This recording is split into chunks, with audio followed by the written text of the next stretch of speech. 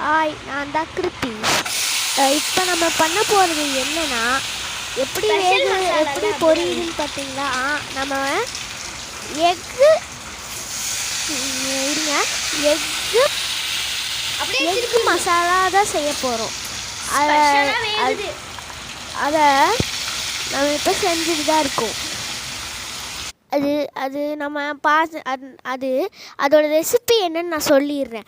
நம்ம தயிர்க்குள்ளே கொஞ்சம் கரம் மசாலா, அப்புறம் மிளகாப்பொடி, அப்படியே கொஞ்சம் அது கூட உப்பு மஞ்சள் பொடியெல்லாம் சேர்த்துக்கலாம். அதை சேர்த்ததுக்கப்புறமா அதை நல்லா மிக்ஸ் பண்ணி முட்டையை வேவிச்சு அதை ஓடெல்லாம் எடுத்து அதில் சின்ன சின்ன கீழெல்லாம் சைடில் ஃபுல்லாக கீழே போட்டு விட்டுருலாங்க. அதுக்கப்புறமா அந்த மசாலாவில் அந்த மசாலா நல்லா திக்காக இருக்கணும். தயிர் ஊற்றி செய்யுங்க அந்த மசாலா. அப்புறம் அந்த மசாலா திக்காக இருக்கணும்.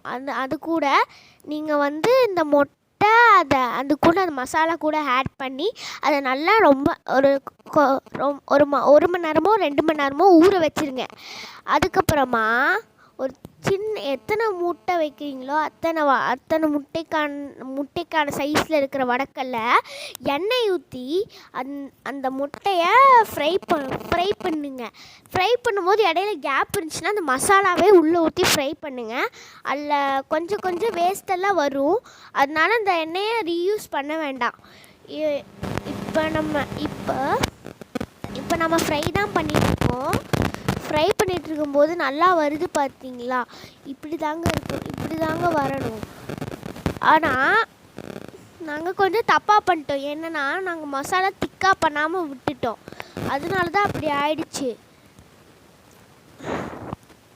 இந்த ரெசிப்பியை நீங்கள் ட்ரை பண்ணி பார்த்துட்டு எப்படி இருக்குன்னு கமெண்ட்டில் சொல்லிடுங்க.